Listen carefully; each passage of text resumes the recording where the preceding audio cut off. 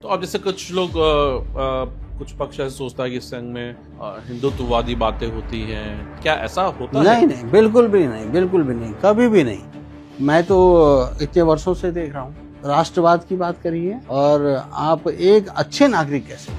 कौस्तुभ जी, मैं जब आपके बारे में थोड़ा सा खंगाल रहा था तो चित्रशिला घाट पे जो माँ गार्गी है उसकी सफाई में वो सफर कैसे रहा, आपको कैसे आइडिया आया? चित्रशिला का विषय जब आता है, चित्रशिला में किसी दाह संस्कार में गए थे, जब हमने देखा कि चिताओं के बाद लकड़ियां यूं ही रह जा रही हैं या बहुत गंदगी है, तो हमने अभिनव भारत की टीम ने पूरा एक मन बनाया और उसी मन में हमने कहा कि हम चित्रशिला में माँ गार्गी की सफाई करेंगे। तो हमने एक अभियान का नाम दिया माँ गंगा गार्गी स्वच्छता अभियान।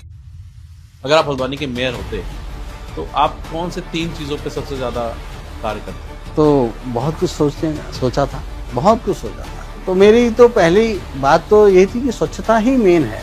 हाँ, तो इसमें ऐसा तो नहीं रहा कि आपको ये लगा, जैसे कईयों ने ये भी कहा कि ये हल्द्वानी से चले गए हैं और हल्द्वानी छोड़ के भाग गए, हाँ। तो आपको ये नहीं लगता कि वो जो डिस्कनेक्ट रहा 2-4 साल का हल्द्वानी से, उस वजह से कोई खामियाजा?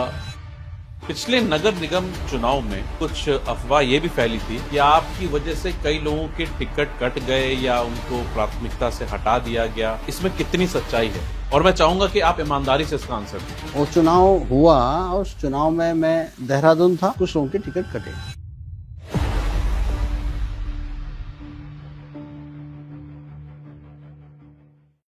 हेलो दोस्तों, मैं सार्थक आज की नए पॉडकास्ट में आप सभी का स्वागत करता हूं। आज हमारे बीच है बीजेपी उत्तराखंड के state cell incharge Kaustubhanand Joshi ji. Kaustubhanand Joshi ji socially भी बहुत एक्टिव रहते हैं और इनके कई कार्य ऐसे हैं जिन्होंने समाज में एक छाप भी छोड़ी है। चलिए कौस्तुभानंद जी का सफर इन्हीं के जुबानी जानते हैं। कौस्तुभ जी, बहुत बहुत धन्यवाद, आपने समय निकाला और आप हमारे आज इस पॉडकास्ट में आए हैं। कैसे हैं आप? मैं ठीक हूँ, आप कैसे हैं? बहुत बढ़िया। कौस्तुभ जी, मैं जब आपके बारे में थोड़ा सा खंगाल रहा था और ऑनेस्टली स्पीकिंग आपके साथ काम भी किया हुआ है, तो चित्रशिला घाट पे आपका बहुत उस समय नाम हुआ था, काफ़ी एक्टिवली जो माँ गार्गी है उसकी सफाई में आपकी टीम, मैं भी उसमें भी जुड़ा था आपके साथ, बहुत तन मन धन से लगे थे आपके साथ, तो उसके बारे में कुछ बताइए। वो सफ़र कैसे रहा, आपको कैसे आइडिया आया? देखिए, चित्रशिला का विषय जब आता है तो वो विषय एक भावनात्मक भी और सामाजिक और धार्मिक और हमारी संस्कृति के रूप में भी बहुत दिल को छूता है।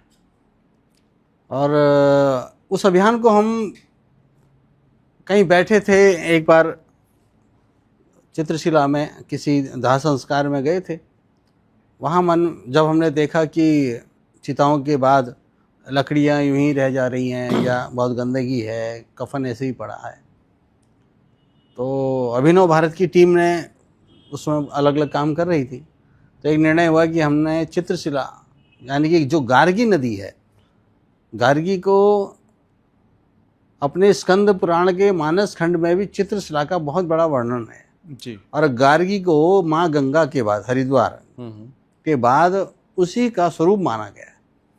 तो हमने अभिनव भारत की टीम ने पूरा एक मन बनाया और उसी मन में हमने कहा कि हम चित्रशिला में माँ गार्गी की सफाई करेंगे। तो हमने एक अभियान का नाम दिया माँ गंगा गार्गी स्वच्छता अभियान। बस उसी अभियान के तहत हम पहले हफ्ते में 2 दिन, फिर ऐसे करते करते हम वहाँ की जो जली लकड़ियाँ हैं, बिल्कुल, कफन पड़े हैं, और इस तरीके से माँ गार्गी की सेवा करी। उसमें हम देखते थे लोग दवाइयाँ भी नदी में छोड़ाते थे। असल में क्या है कि आपका परिवार का कोई जा रहा है, इस बात का तो दुख है ही, चाहे वो किसी के भी घर का जाए, लेकिन उसकी चीज़ें वहाँ क्या लाने का मतलब है? उसके दाह संस्कार के लिए ये लोग दवाई, इंजेक्शन, पुरानी दवाइयाँ और इतने महंगे महंगे इंजेक्शन भी वहीं, गद्दे। हम बस यही बात कहते थे कि ये तीर्थ स्थल है, ये कोई शमशान घाट नहीं है। तो इसकी तीर्थ स्थल की पौराणिकता, मान्यता आज भी, वहाँ सबसे बड़ा मेला लगता है उत्तरायणी के दिन, हमारे कत्यूर वंश के लोगों का। जैसे गंगा स्नान है, ऐसा ही सबसे बड़ा स्नान उत्तरायणी के दिन होता है। जी। तो जब उसकी प्रामाणिकता है, सांस्कृतिक विरासत है, तो लोग क्यों नहीं समझ रहे हैं? तो लोगों ने उसे शमशान घाट मान लिया, जबकि वो एक तीर्थ है। बिल्कुल। उसके ऊपर ही शिव जी का सबसे बड़ा पौराणिक मंदिर है, जो कहते हैं चंद्र राजा ने स्थापित किया। तो हम उसके माँ गार्गी की सेवा कर रहे थे, और माँ गार्गी की वजह से ही हमारे भाव भी जगा, और जो भी मान सम्मान सेवा का अवसर दिया, माँ गार्गी ने दिया। जी जी।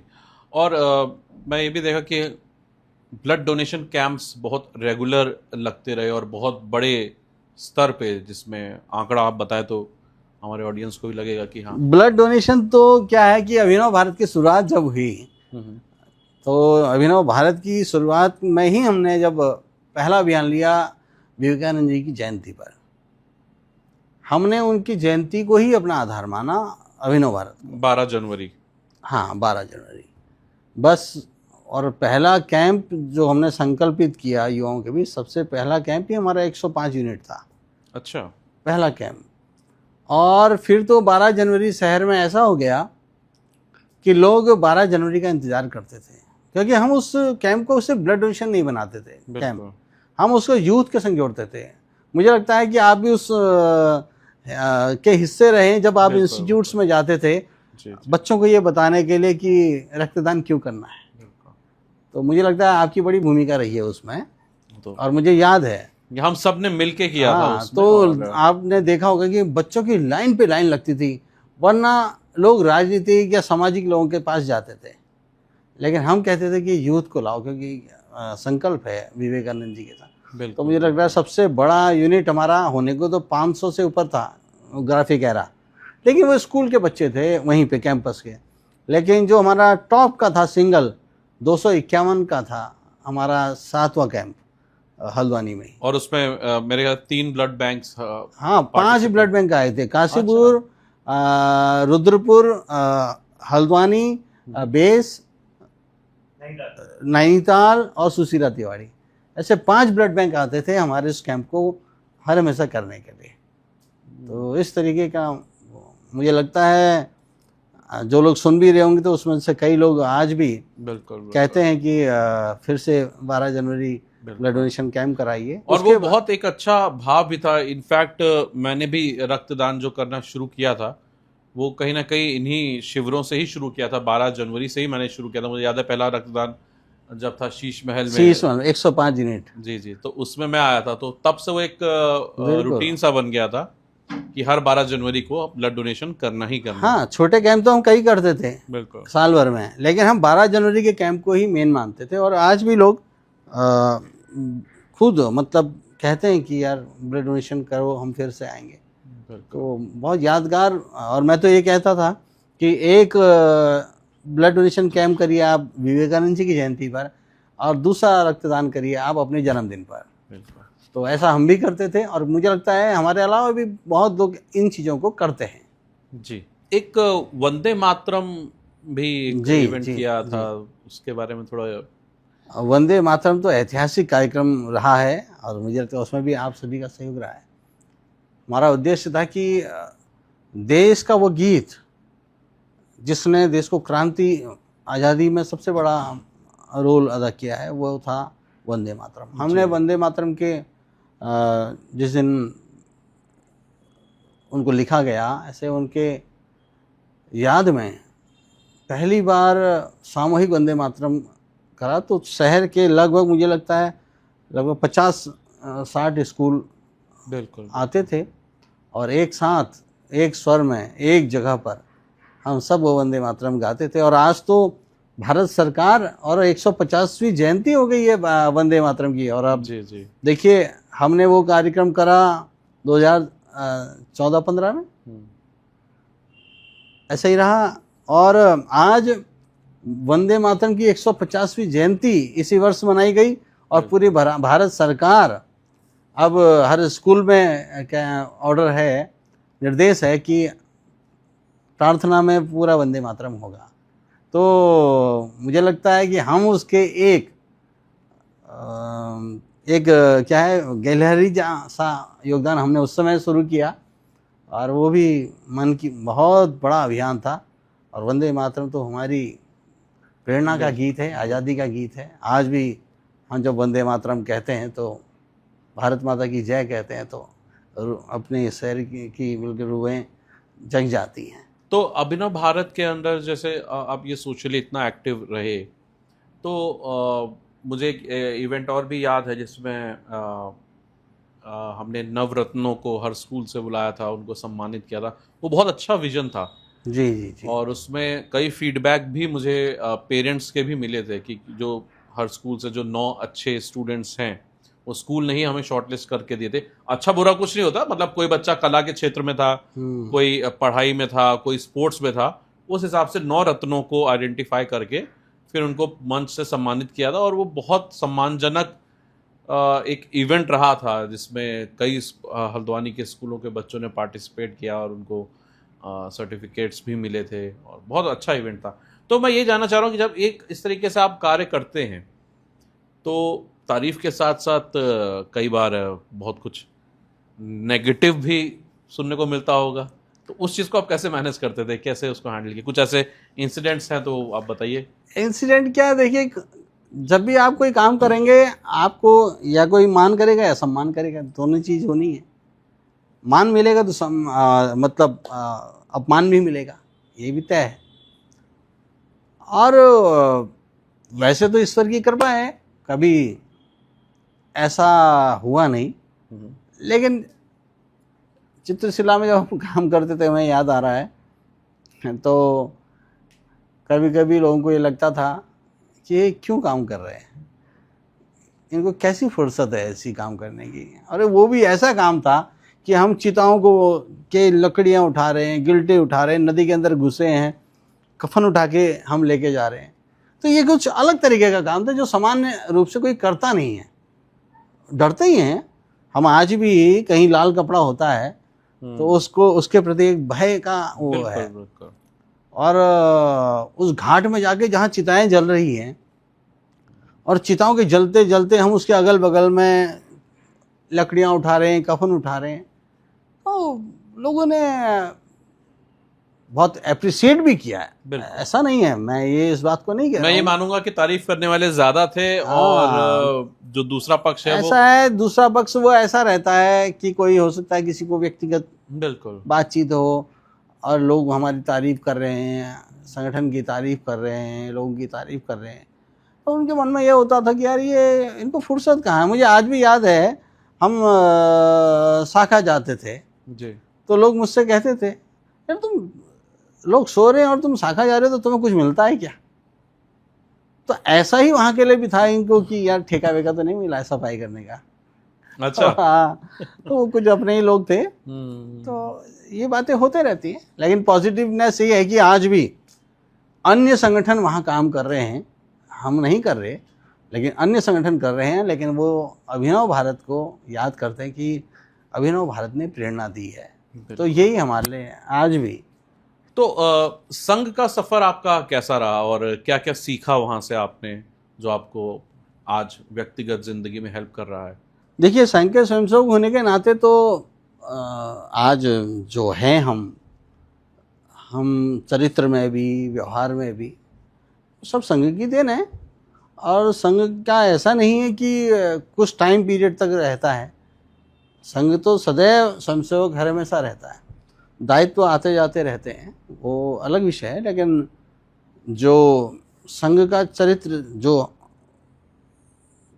कार्यकर्ता का है, स्वयंसेवक का है, वो तो सदैव रहता है। आज भी स्वयंसेवक हूँ।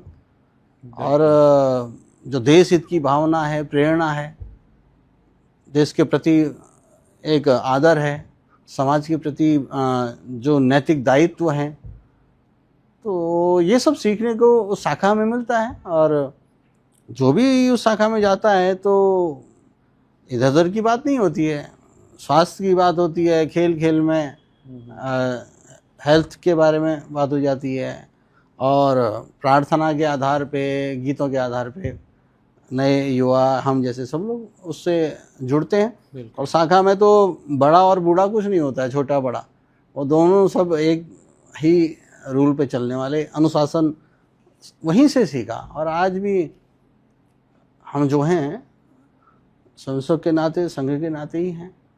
बिल्कुल। तो अब जैसे कुछ लोग कुछ पक्ष ऐसे सोचता है कि संघ में बहुत हिंदुत्ववादी बातें होती हैं या किसी अलग पक्ष को थोड़ा वैसा देगा, क्या ऐसा होता है? नहीं नहीं, बिल्कुल भी नहीं, बिल्कुल भी नहीं, कभी भी नहीं। मैं तो इतने वर्षों से देख रहा हूँ, बिल्कुल। संघ ने कभी भी किसी भी मत पंथ के लिए कोई बात कभी नहीं कही। संघ ने सिर्फ राष्ट्रवाद की बात करी है, अपनी जिम्मेदारियों की बात करी है कि आप राष्ट्र के सच्चे नागरिक कैसे बनेंगे, आप अपने धर्म, अपने इतिहास के बारे में कैसे जानें और आप एक अच्छे नागरिक कैसे बने और भारतीय होने पे गर्व करें। भारतीय होने पे गर्व। भारत माता की जय। जो ये भारत की भूमि जिसको हम माँ कहते हैं, उसके प्रति हमारी क्या जिम्मेदारी है। अपने इतिहास और इतिहासों के बारे में जिन लोगों ने काम किया है, जो लोग मर खप गए, उन सबको जीवंत रूप से बताने का काम संघ करता है। संघ ने कभी, मुझे तो आज तक नहीं याद है कि किसी ने एक पल भी ये कहा हो कि इनका विरोध करना है, क्योंकि हम अपनी लकीर खींच रहे हैं ना, हम राष्ट्रवाद की लकीर खींच रहे हैं। तो फिर हम किसी की बुराई करते रहेंगे तो हमारा समय बर्बाद हो जाएगा। बिल्कुल। और दूसरा, जैसे संघ का ये हुआ कि शाखा है, क्या सोशली भी एक्टिव रहते हैं कि समाज में हेल्प करना, या किस तरीके का, थोड़ा उस पर भी प्रकाश डालिए। देखिए, संघ का एक तो संघ का मूल विषय तो क्या है, संघ है, लेकिन संघ की इतने अनुषंगिक संगठन हैं जिसमें जो आप सेवा की बात कर रहे हैं, तो सेवा भारती के रूप में सबसे बड़ा काम संघ का है, जो मलिन बस्तियों में काम करना, इलाज करना, ऐसी महिलाओं को रोजगार से जोड़ना, बस्तियों में जाके, यानी बस्तीवार काम है। तो बहुत बड़ा प्रकल्प संघ का अलग से सेवा भारती और विद्या भारती के रूप में शिक्षा है, और ऐसे ही जो वनवासी क्षेत्र है, वनवासी कल्याण आश्रम है, बहुत आपदा में भी मैंने देखा कि काफी एक्टिव हो जाता है। हाँ, ये सेवा भारती। हाँ। और ये पूरा बड़ा काम है जो दिखता नहीं है लोगों को, लेकिन हमने आपदा, चाहे कोरोना काल देखा हो, केदारनाथ की आपदा देखी हो, संघ का स्वयंसेवक हर जगह आपको देखेगा। और जो ऐसी जो सामाजिक कार्य हैं, जैसे सेवा के कार्य, इन कार्यों के लिए संघ और संघ का स्वयंसेवक मूल रूप से सेवा भारती के लोग संघ के स्वयंसेवक होने के नाते काम। कोई ऐसी आपकी स्मृति में कोई ऐसा इंसिडेंट आ रहा हो जो आप ऑडियंस से शेयर करना चाहें, कि जो संघ से रिलेटेड है और जिसने आपके जीवन में बहुत एक अमिट छाप सी छोड़ी हो? इस बात को ऐसे देखता हूँ कि संघ के जो प्रचारक होते हैं, संघ का प्रचारक जो होता है सदैव अविवाहित रहता है। अच्छा। और वो कुछ काम संघ के अलावा कोई काम नहीं करते और घर परिवार से दूर रहते। आज भी वो 80-90 साल होने के बाद, पूरा जीवन खत्म करने के बाद भी वो घर नहीं जाते हैं। संघ के प्रचारक जीवन का प्रारंभ कब से हुआ होगा, उनके बचपन से। लेकिन आज भी जब हम उन पुराने वरिष्ठ प्रचारकों के बारे में सुनते हैं या उनको देखते हैं, उनको देख के प्रेरणा लगती है कि यार, इन लोगों ने पूरा जीवन दे दिया एक उद्देश्य के लिए, संघ के उद्देश्य के लिए, देश के उद्देश्य के लिए। जबकि हम एक महीने के लिए घर नहीं छोड़ पाते। वो पूरा जीवन देने के बाद भी अंतिम समय में भी संघ के ही सेवा करते रहते। मेरे को वो प्रेरित करती है। ये कैसा लगता होगा जब कोई अन्य पार्टी या अन्य कोई वर्ग जो होता है एक अनैतिक सी टिप्पणी कर देता है, तो आई थिंक बहुत ज़्यादा। देखिए, टिप्पणी तो सभी करते हैं, क्योंकि लोगों को लगता है कि ये एक बड़ा संगठन है और ये किसी एक विशेष रूप से चल रहा है। लेकिन उस टिप्पणी से फर्क नहीं पड़ता। पूरा देश, पूरा विश्व जानता है कि ये संघ विश्व का, भारत का सबसे बड़ा ही नहीं, विश्व का भी सबसे बड़ा सामाजिक संगठन है, जो सिर्फ राष्ट्रवाद की बात करता है। और भारत में एक ही बात करता है कि हम सब हिंदू हैं। बिल्कुल। वो जातिवाद से ऊपर उठ के, जिसने इस भारत को, अंग्रेजों ने जिस छल से भारत में हमें जातिवाद में बांटा, संघ का एक ही उद्देश्य है कि हम इन सबको भूलें और हम एक ध्येय में चले। हम भारतवासी हैं, हम सनातनी हैं और सनातन होने पे हमें गौरव होना चाहिए और हम इस जाति व्यवस्था से उठकर भारत और हिंदुत्व का भाव, सनातन का भाव समझे। तो समझ इस भाव में चलता है। तो इसमें क्या दूसरे धर्मों के लोगों को भी मतलब उनका भी ध्यान रखा जा रहा है या सिर्फ हिंदू की बात हो रही है? नहीं तो नहीं नहीं, सनातनियों की ही बात हो रही है। देखिए कई ऐसे क्षेत्र हैं जिसमें मुस्लिम लोग भी जुड़े हैं। अच्छा। हाँ, मुस्लिम जागरण मंच है। अच्छा। लेकिन बात सिर्फ इतनी है कि हम मूलतः विशेष रूप से काम किस पे कर रहे हैं। भाई बार बार कहा गया है ना कि कोई भी दल का व्यक्ति हमारी शाखा में आ जाए स्वयंसेवक है। पार्टी का नहीं, कोई भी व्यक्ति आ जाए प्रार्थना करेगा वो स्वयंसेवक है।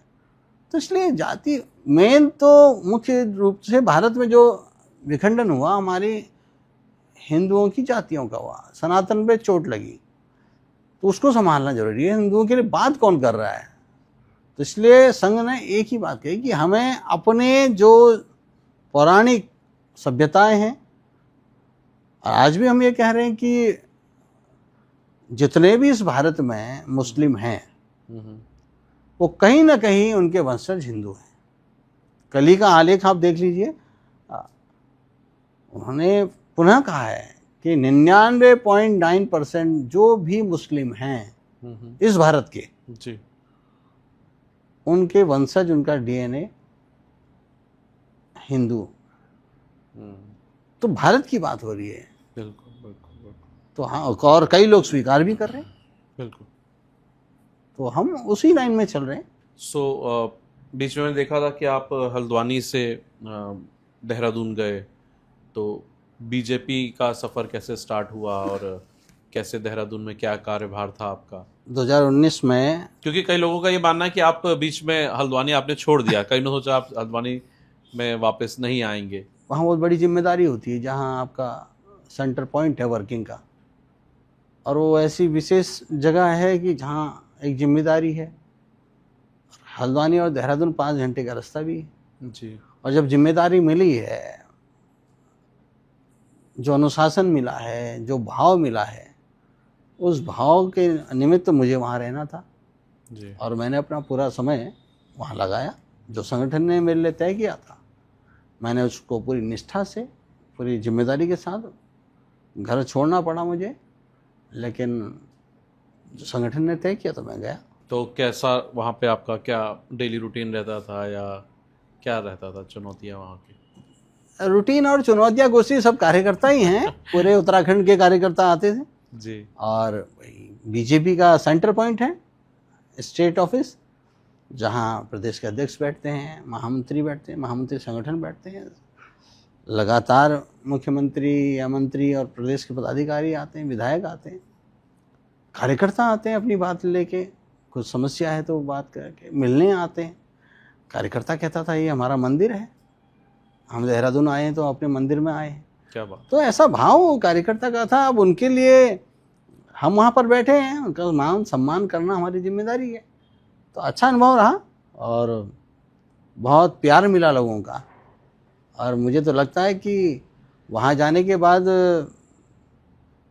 बहुत कुछ सीखने को मिला। बहुत कुछ, मैंने बहुत कुछ उस कार्यालय से, कार्यालय के लोगों से, पूरे प्रदेश के लोगों से और उत्तराखंड के बारे में जाना, तो बहुत कुछ सीखा। तो फिर अभी कुछ ही साल पहले आप मेयर पद के दावेदारी के रूप में भी हल्द्वानी में उभरे थे, तो उसके पीछे क्या क्या पूरी जर्नी रही, उसके बारे में थोड़ा बताइए। अब देखिए, सामाजिक रूप से तो हम हल्द्वानी में सक्रिय थे ही हर हमेशा, और ऐसा भी नहीं था कि हम बिना कुछ किए ही आ गए। हमने इस जर्नी से पहले मुझे लगता है 8-10 साल तो हमने सोशल वर्किंग पे बिताया। हमने कई आंदोलनों में प्रतिभाग किया है जनता के साथ। हाँ, ये जरूर था उस समय हम राजनीति में नहीं थे, लेकिन हम सामाजिक व्यक्ति थे और सामाजिकता के रूप में हमने कई आंदोलन किए, समाज के लिए आंदोलन किए और समाज के ऐसे काम किए जिसका जिक्र अभी आपने भी किया। तो ऐसा नहीं था कि मैं सीधे वहाँ से आके मैंने कहा कि मैं बीजेपी का हूँ और मुझे सिर्फ चुनाव लड़ना है, ऐसा कुछ तो था नहीं। पुराना परिचय था, तो हमने प्रयास किया और घूमे फिरे, मिले लोगों से। अब हम जब जनता से नहीं मिलेंगे तो जनता हमें कैसे पहचानेगी। अगर आप हल्द्वानी के मेयर होते तो आप कौन से 3 चीज़ों पे सबसे ज़्यादा कार्य करते? होते तो बहुत कुछ सोचा था, बहुत कुछ सोचा था, क्योंकि हल्द्वानी में हर दिन हमने स्कूटी में घूमे हैं हम। तो इसको हम मन से इस तरीके से मानते कि हमारा शहर है, हम पैदा हुए हैं यहाँ, पढ़े हैं, घूमे हैं। तो मेरी तो पहली बात तो ये थी कि स्वच्छता ही मेन है। स्वच्छता तो हमारे अभियान के प्रमुख रूप में आनी ही चाहिए।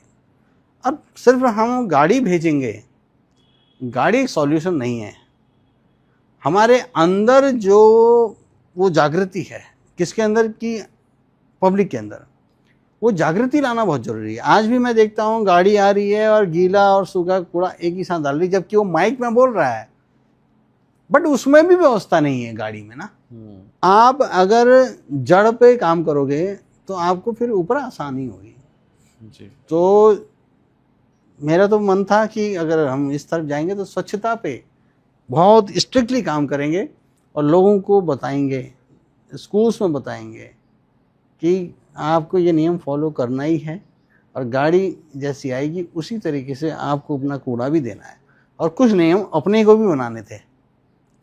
एक तो ये विषय था। दूसरा, मैं बहुत ज़्यादा सोचता हूँ उन बच्चों के लिए जो बच्चे बहुत पहाड़ों से आते हैं, दूर दराज से आते हैं पढ़ने के लिए, लिखने के लिए, गरीब हैं, इतनी फीस दे रहे हैं।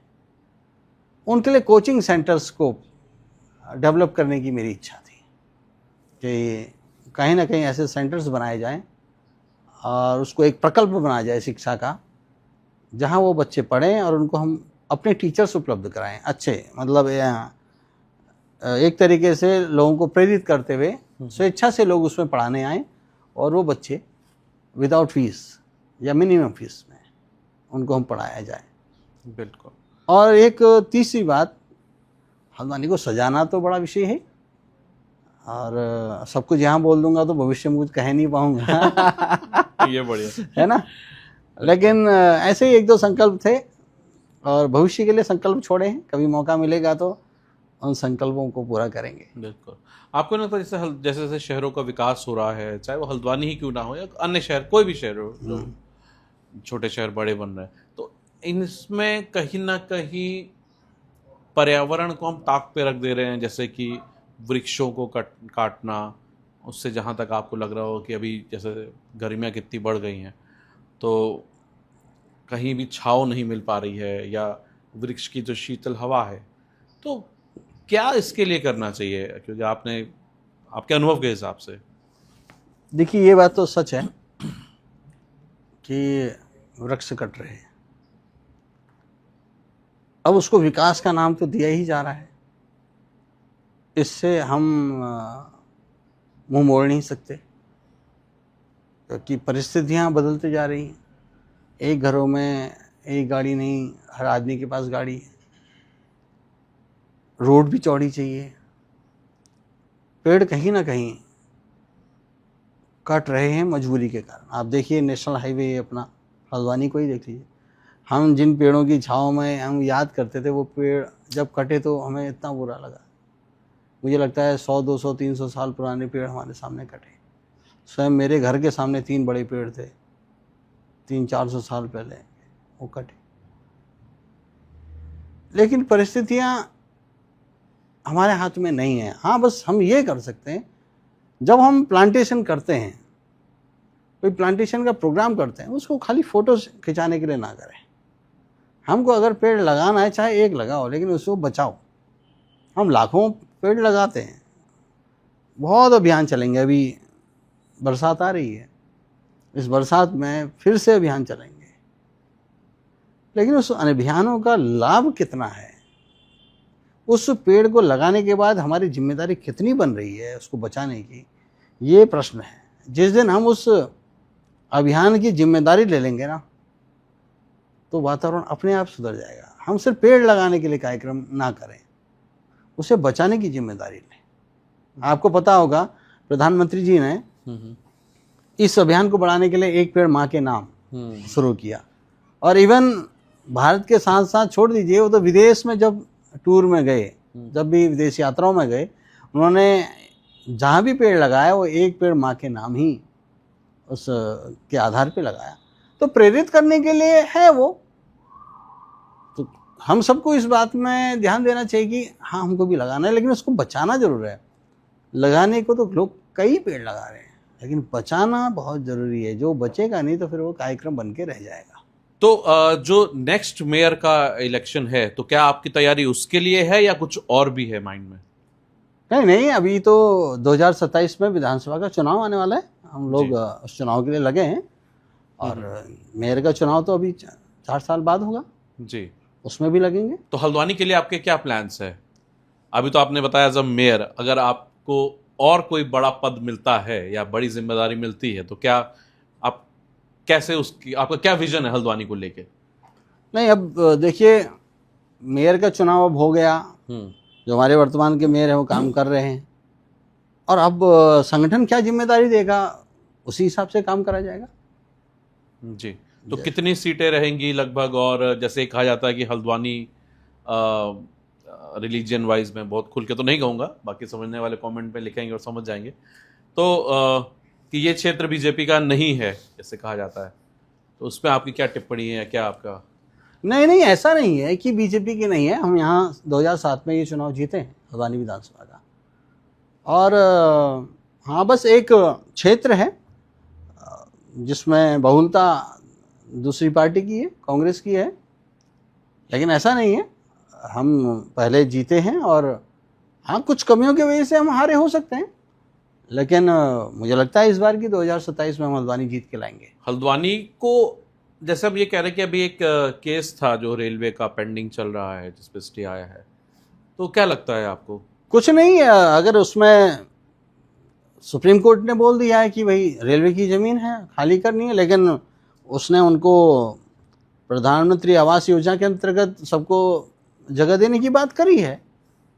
हाँ, जो लीगल होगा वो उसको मकान मिलेगा, और जो नहीं होगा वो जाएगा। उसमें तो व्यक्तिगत हमारा और आपका तो कुछ है ही नहीं, ना सरकार का है, तो और वो तो रेलवे का विवाद है, कोई पार्टी का विवाद तो है नहीं। तो जो लोग जेन्युइन हैं वो लोग फॉर्म भर रहे हैं, और मुझे लगता है उन लोगों को घर मिलेंगे, और जो नहीं हैं उनको जाना ही चाहिए। बिल्कुल, हाँ, जो जेन्युइन है, जिनके पास सारे बिल्कुल डॉक्यूमेंटेशंस हैं, तो उनको तो, जिसकी जमीन ही नहीं है, जो कब्जा करेगा, तो उसको तो हटना ही चाहिए, चाहे हाँ, वो बिल्कुल। कोई भी हो। देखिए, कई लोग इसको रिलीजन से जोड़ के देखते हैं, लेकिन मैंने ये देखा है हल्द्वानी में, जैसे कई सुशीला तिवारी के सामने भी कुछ दुकानें थी, तो वो उसमें सभी वर्ग थे, हिंदू भी थे, मुस्लिम भी थे, और भी अन्य वर्गों के लोग थे। तो जब हटा तो फिर वो, हाँ देखिए, कुछ पार्टियां हैं, चाहे वो कांग्रेस हो, कांग्रेस क्या है कि उसकी मानसिकता है,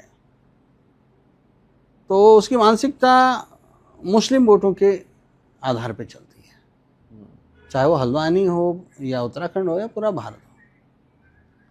तो उसकी एक मानसिकता है कि मुस्लिमों को भ्रमित करके चलना और उसको अपना वोट बैंक मानना। तो उस आधार पे वो उस क्षेत्र पे राजनीति कर रहे हैं। तो अगर वो भ्रमित कर रहे हैं, तो इसमें ऐसा नहीं लगता कि बीजेपी की कुछ वीकनेस रही होगी कि वो वाला वो अपना ट्रस्ट उस सेगमेंट पे नहीं बना पा रहे? नहीं, ट्रस्ट तो नहीं बना पा रहे हैं, ये विषय नहीं है। हमारा तो स्वयं पार्टी का अल्पसंख्यक मोर्चा हमारा बनता है, उसमें बड़ी संख्या में मुस्लिम लोग जुड़े हुए हैं, अन्य लोग जुड़े हुए हैं। क्योंकि जो पॉलिसीज बनती हैं उसमें तो कोई भेदभाव मुझे तो नहीं, सबसे ज़्यादा लाभ तो अल्पसंख्यक को इस योजना का मिलता है। बिल्कुल, आप देख लीजिए कहीं भी कोई भी योजना में, भाई हमारी संख्या और उनकी संख्या के आधार पे आप देख लीजिए, तो सबसे ज़्यादा लाभ तो उनको ही है, हमारे वहाँ तो परिवार भी सीमित संख्या में 1 या 2 बच्चे हैं, लेकिन उनके वहाँ अच्छी संख्या रहती है तो लाभ भी उनको अच्छा मिल रहा है। तो उसमें ऐसा पार्टी ने कभी भेदभाव नहीं किया। आज 80 करोड़ लोगों को प्रधानमंत्री जी ने राशन देने का संकल्प जो लिया है कोरोना के बाद, उसमें मुझे लगता है अच्छी खासी संख्या उन परिवारों की है, हिंदुओं की कम है। मतलब सभी वर्गों का ध्यान रखा जा रहा है। अगर बिल्कुल। मैं ये बोलूं आपके जैसे भारतीय जनता पार्टी का एक ही विजन है और एक ही संकल्प है, सबका साथ, सबका विकास, सबका प्रयास। तो कहीं ऐसा नहीं लगता जो मैसेजिंग है वो बॉटम लाइन तक नहीं पहुंच पा रहा करने के बाद भी? जैसे आप बता रहे हैं, अब जैसे ये आवास योजना ही है जो रेलवे वाली लैंड के लिए है, अब वो है तो वो कहीं ना कहीं प्रधानमंत्री जी का ही एक विजन है। बिल्कुल। अब उनको फायदा भी मिलेगा लोगों को, जी। लेकिन कहीं ना कहीं ऐसा तो नहीं कि मैसेज कन्वे करने में कुछ बैरियर आ जा रहे हैं या कुछ ठीक से नहीं हो पा रहा? अगर ऐसा नहीं है तो आपके क्या विचार है? क्योंकि इसके माध्यम से एक मैसेज भी सोसाइटी को जाएगा। देखिए, राजनीति करने वाले तो राजनीति करेंगे और राजनीति कर ही रहे हैं। मैंने ऐसा देखा कि जब सुप्रीम कोर्ट में कोर्ट चल रही थी, जब रिजल्ट आने वाला था, जब अंतिम आदेश की चल रही थी, तो हमारे यहीं हल्द्वानी के नेता, बड़े नेता कांग्रेस के, सब वहीं थे, उनकी पैरवी कर रहे थे। अब जब उनके संग पैरवी करके उनको यही तो भड़का रहे हैं कि भाजपा वाले तुम्हारे लिए कर रहे होंगे, जबकि वो विषय रेलवे बनाम सरकार है या ये लोग हैं अतिक्रमणकारी। तो इसमें हमारी तरफ से ऐसा कुछ नहीं है। तो राजनीति, तुष्टीकरण की जो राजनीति है, तुष्टीकरण यानी कि वो उनको अपने पीछे अगुवाई, वो पीछे ही पीछे चलाना चाहते हैं कि तुम हमारे वोटर हो, हम तुम्हारे लिए खड़े हैं, तुम्हारे लिए खड़े हैं। पिछले नगर निगम चुनाव में कुछ अफवाह ये भी फैली थी कि आपकी वजह से कई लोगों के टिकट कट गए या उनको प्राथमिकता से हटा दिया गया। इसमें कितनी सच्चाई है? और मैं चाहूंगा कि आप ईमानदारी से इसका आंसर दें और सटीक आंसर दें। आप असहज तो नहीं हो रहे इस सवाल से? नहीं, असहज नहीं हूँ। मैं संगठन का व्यक्ति हूँ और मुझे अच्छा लगेगा मैं इसको सच बताऊं। भारतीय जनता पार्टी एक व्यवस्थित पार्टी है। इसका एक एक क्रम तय है अनुशासन की अवधारणा के साथ। हाँ, ये जरूर है, वो चुनाव हुआ और उस चुनाव में मैं देहरादून था, कुछ लोगों के टिकट कटे और कुछ अपने कार्यकर्ताओं को ही टिकट मिले। ऐसा नहीं है कि किसी बाहर वाले को टिकट मिले। हाँ, कुछ पुराने भी थे और कुछ नए भी हो सकते हैं। पार्टी कभी भी टिकट के लिए ऐसे किसी के कहने से नहीं देती। मंडल अध्यक्ष होता है, जिला अध्यक्ष होता है, पर्यवेक्षक आते हैं, पर्यवेक्षकों की समर्थन के आधार पे पूरी एक लाइन बनती है और लाइन बन के स्टेट में आती है। वैसे तो जिला अध्यक्ष के माध्यम से ही, मंडल अध्यक्ष और जिला अध्यक्ष के माध्यम से, पर्यवेक्षकों के माध्यम से ये सब कुछ होता है। हाँ, कुछ लोगों के टिकट कटे और कुछ लोग नए लोग लड़े, लेकिन वो सब पार्टी के ही जिम्मेदार कार्यकर्ता थे जिन्होंने चुनाव लड़ा।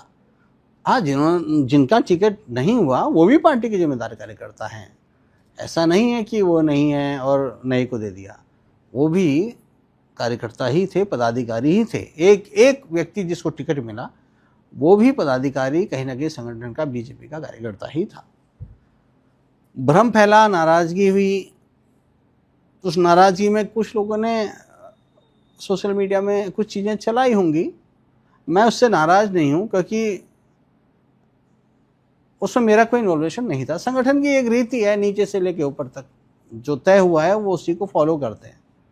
और फिर मैं कार्यालय सचिव के रूप में था तो मेरा तो इन्वॉल्वेशन था ही नहीं, क्योंकि मेरी कहीं ना कहीं निकटता रही होगी। तो हो सकता है लोगों को ये लगा हो कि कौस्तुभ जी ने ऐसा कर दिया, कोई षड्यंत्र हो सकता है, कुछ लोगों को हो सकता है मेरे खिलाफ कुछ अवसर मिला हो। ऐसा मैं, अगर मेरे वजह से, जबकि वो सब भी जानते हैं कि संगठन की ऐसी रीति नीति नहीं है कि एक व्यक्ति इतने टिकट काट दे और इतने टिकट दिला दे। सही बात है। तो बड़ा संगठन है। भारतीय जनता पार्टी में विश्वास करना चाहिए इन सबको भी कि क्या पता अगली बार उन्हीं का नंबर हो। किसी ना किसी का तो कटेगा ही। विधानसभा चुनाव होता है, कितने टिकट कटते हैं, अभी कितने कटेंगे।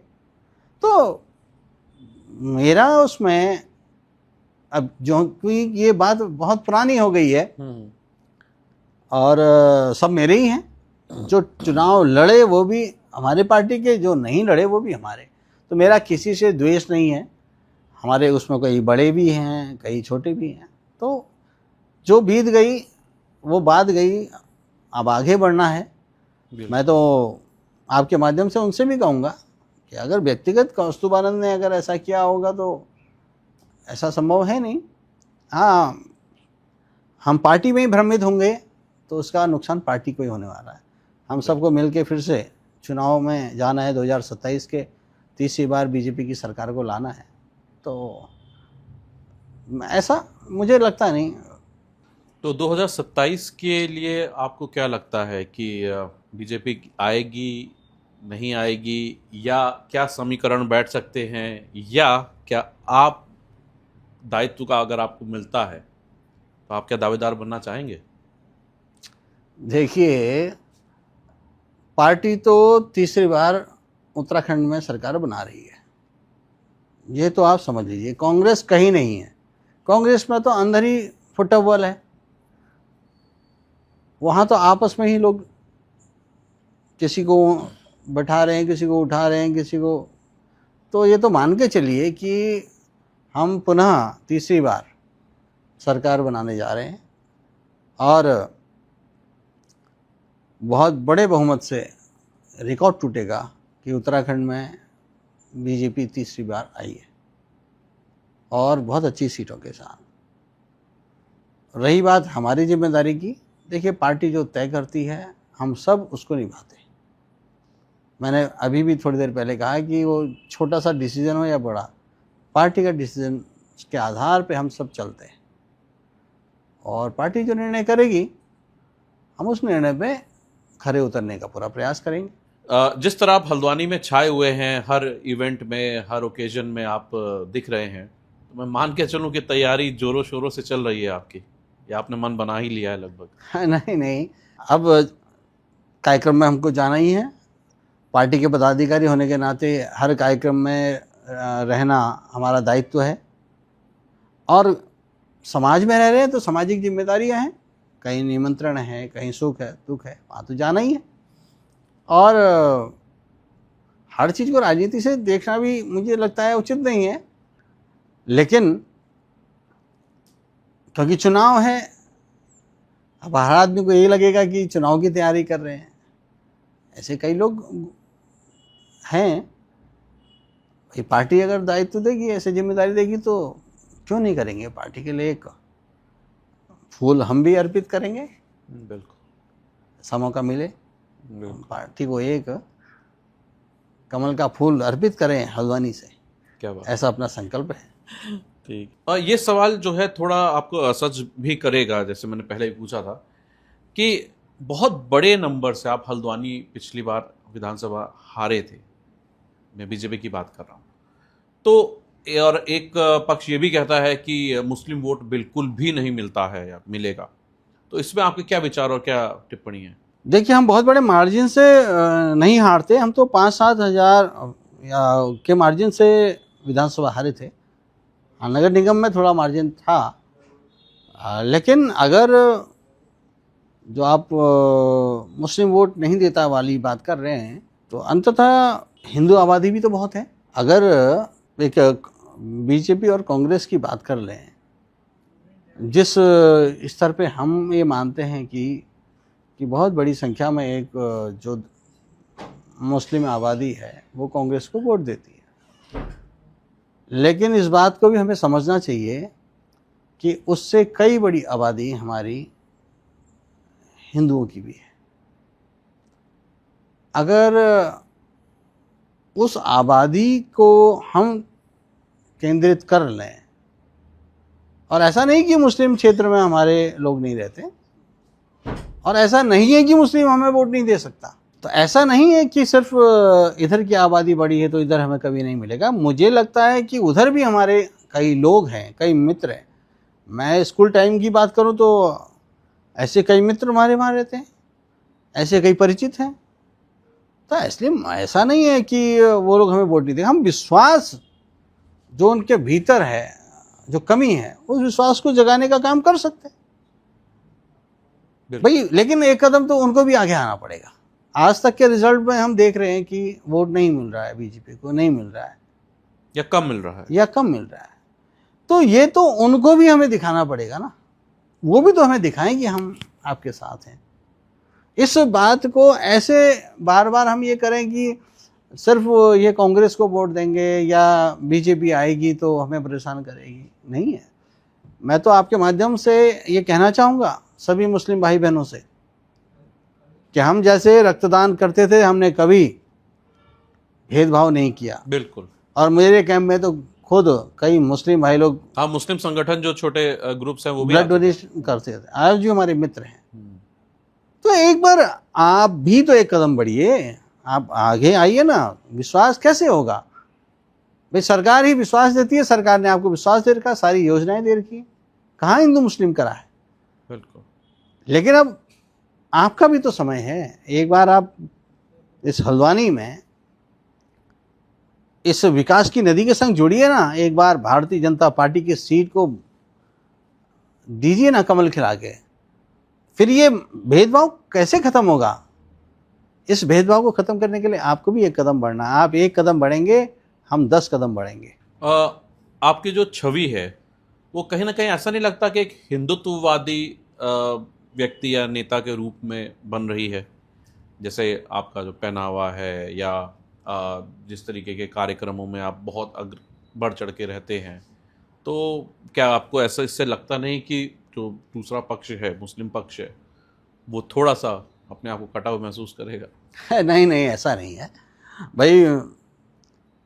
मैं सनातनी व्यक्ति हूँ, मेरी वेशभूषा यही है भाई। कलावा पहनता हूँ, ये हमारे सनातन की व्यवस्था के अंतर्गत पहनता हूँ। टीका लगाता हूँ तो सनातनी को टीका लगाना चाहिए।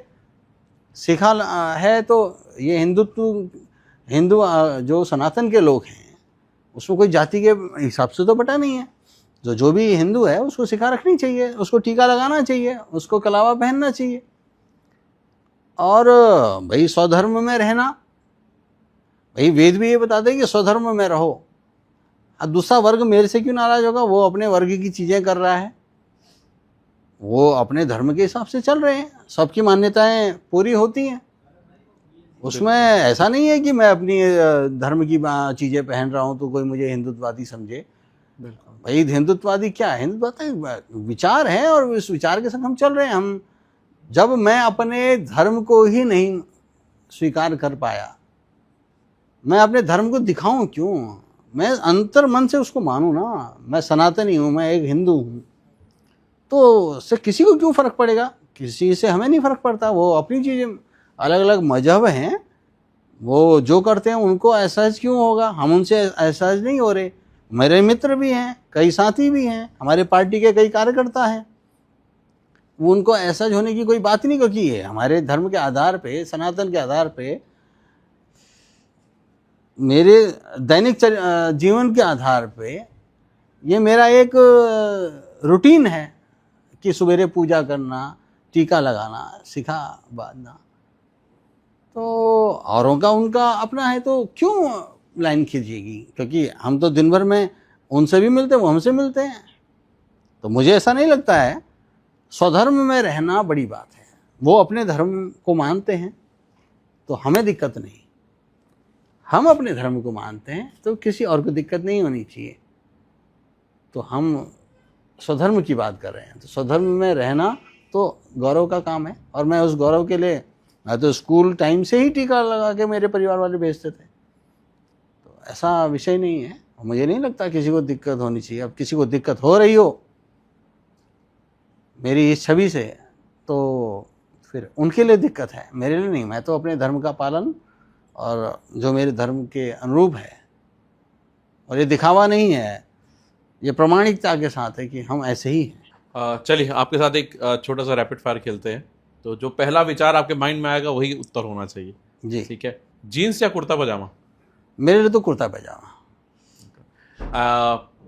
खाने में आपको क्या पसंद है, घर का खाना या बाहर के रेस्टोरेंट में, अच्छे आलीशान रेस्टोरेंट में? मैं तो लगभग खिचड़ी खाना पसंद करता हूँ, और घर की रोटी, वो भी बहुत ज़्यादा नहीं, सब्जी लगाई, मोड़ी और खा ली। मैं तो कई जगह ऐसे ही खा लेता हूँ। आइसक्रीम में गुलाब जामुन? आइसक्रीम। आपका फेवरेट व्यंजन, जैसे आपने बताया खिचड़ी, खिचड़ी के अलावा आपको क्या पसंद है? मुझे बड़ी की सब्जी बड़ी पसंद है। बड़ी की सब्जी? पहाड़ की जो बढ़िया होती है ना, जो हम पहाड़ों में बनाते हैं, दाल भी इसके, लौकी या उसका कद्दू का वो होता है, वो मेरे घर में आज भी पता है कि अगर ये बड़ी बनी है कह देंगे तो बड़ी खाऊंगा। समाज सेवा या धन प्राप्ति? देखिए, धन बहुत आवश्यक है। कोई भी ये कहे कि बिना धन के भी मैं सेवा कर सकता हूँ, वो हमें मूर्ख बना रहा है। क्योंकि सेवा के लिए आपको समर्थ होना जरूरी है। समर्थ नहीं होंगे तो आप सेवा नहीं कर सकते, और ऐसी सेवा करने वाले को लोग मूर्ख समझते हैं। तो आप जब सक्षम होते हैं और आप जब सेवा करते हैं, तब लोग आपकी उस सेवा को सेवा समझते हैं, क्योंकि आप समर्थ हैं। आदमी कहता है समर्थ व्यक्ति सेवा कर रहा है, इससे समर्थ होना ज़्यादा जरूरी है। सेवा उसी के साथ है। सेवा मन की चीज़ है, सेवा दिखावे की चीज़ नहीं है। तो इसलिए धन, आर्थिक रूप से, मानसिक रूप से समर्थ होना बहुत ज़रूरी है। युवाओं के लिए कुछ संदेश?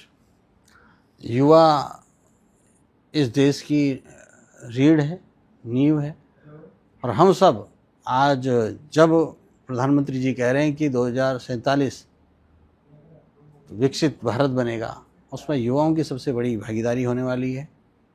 देश का युवा ही स्टार्टअप करेगा, सहयोग करेगा, और नए नए एक्सपेरिमेंट करेगा, नई नई अभियानों में सहयोग करेगा। तो भारत 2047 में वास्तव में उस भूमिका में पहुंचेगा, क्योंकि युवा ही उस समय रहेगा। आज की पीढ़ी के तो कई लोग चले जा चुके होंगे, बिल्कुल, लेकिन युवा ही 2047 का वो पीक देखेगा जो इस समय उसके लिए लगा है। चलिए, कौस्तुभानंद जोशी जी, बहुत बहुत धन्यवाद, आपने समय निकाला और आपने हमारे कुछ तीखे सवालों का भी जवाब दिया, उसके लिए भी पुनः धन्यवाद। तो मैं सभी ऑडियंस से ये कहूँगा कि कौस्तुभानंद जी के जो भी सोशल मीडिया हैंडल्स हैं वो आपको हमारे डिस्क्रिप्शन में मिल जाएंगे, उनको आप खंगालिए, इनको और जानिए, इनको और समझिए। और आप सभी से ये निवेदन है कि इस वीडियो को आप लाइक ज़रूर करिए, कमेंट करिए और अपने मित्रों तक शेयर ज़रूर करिएगा। Thanks for watching. This is Sarthak signing off for today. Bye bye. Thank you. धन्यवाद सर। धन्यवाद।